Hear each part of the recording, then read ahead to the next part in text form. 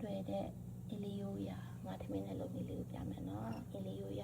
ငါသမင်းနဲ့လုပ်နေလေးကိုအင်တာစစ်စစ်ကပြပါမယ်ဒါလေးကတော့အာလူငါလေးပါနော်ငါကတော့အယူပါငါဆိုတော့အယူပါထည့်ပြဖို့နော်ပြီးတော့အယူပြန်ခွာမှာဒါတော့အယူမပိုင်းငါပါစနမမထည့်လဲရပါတယ်ခုနကအမှားပြီးထည့်လိုက်မိရနော်ထည့်လဲကောင်းလည်းပါမဖြစ်ဘူးဒါလေးကတော့အာလူပါနော်ပြုတ်ထားတယ်အာလူလဲရေနည်းနည်းနဲ့ရေခုံနဲ့ဒီပြုတ်လိုက်တယ်ရေမသွင်းချင်တော့လေစားလေးပါနည်းနည်းထည့်ပြုတ်တယ်ပို့ချိုးတယ်ဒါလေးကတော့ကျွတ်သွန်ဖြူပါနည်းနည်းထောင်းထားတယ်အရင်ညောင်မထောင်းတော့အရေးကြီးတော့မှဆိုတော့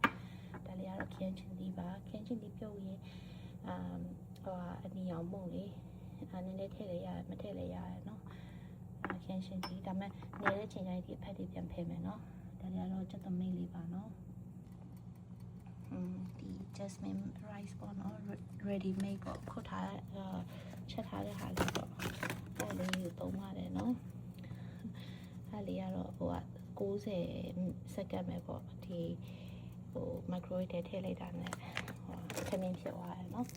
ချက်ပြီးသားထမင်းပေါ့ရှမ်းဆန်ပေါ့နော်မမွေးလေးဖြစ်သွားတယ်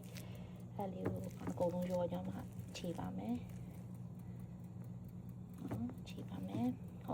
ခင်းချီဒီပြုတ်ထားတဲ့ဟာလေးရယ်ဒီအာလူပြုတ်ထားတဲ့ဟာလေးရယ်ရောချိမယ်နော်ငါမထည့်သေးဘူးပြီးတော့ဒီဟာလေးကတော့နောက်ဆုံးမှထည့်မယ်ပေါ့နော်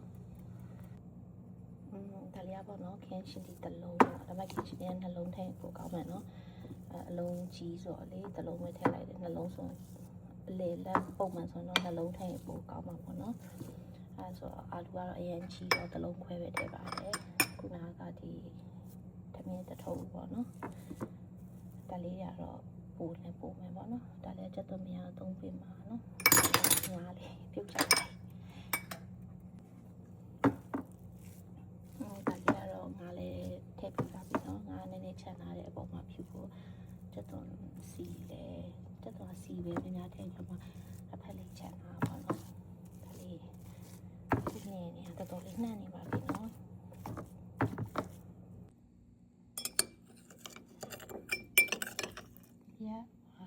ချက်သွင်းချိုလေးပေါ့နော်ချက်သွင်းချိုလေးပြန်ထည့်လိုက်မယ်ကိုယ်ချက်သွင်းထဲဆိုတော့ငါးလေးတော့ပေါ့နော်